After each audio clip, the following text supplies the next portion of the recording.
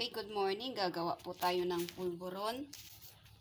Una po ay isasangag natin yung pulburon, yung 1 kilo ng harina.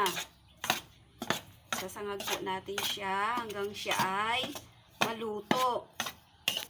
Kapag nag-brown na po siya, tsaka po natin ihahalo ang 2 sachet na gatas. Yung mura lang, pwede naman para kunti lang ang gastos. At kalahating kilong asukal. Tapos, pag hahaluin po natin, hanggang sa mahalo siya.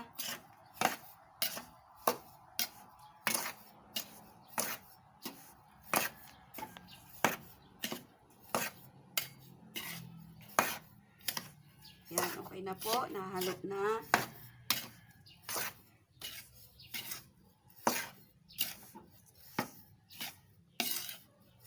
Tsaka po natin ihahalo ang melted butter.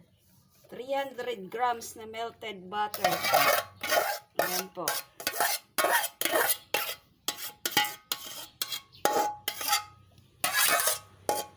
Tsaka natin paghahaluin ulit. Ayan.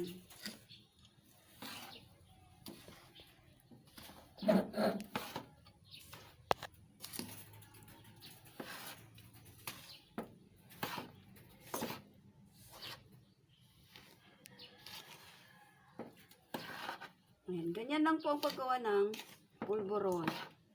Pag nahalo na po natin ng maigi, saka po natin imo-mold at ibabalot. Pwede na po natin siyang inegosyo. At masarap po ito para sa mga bata. Yan lang po para sa ating pulburon recipe.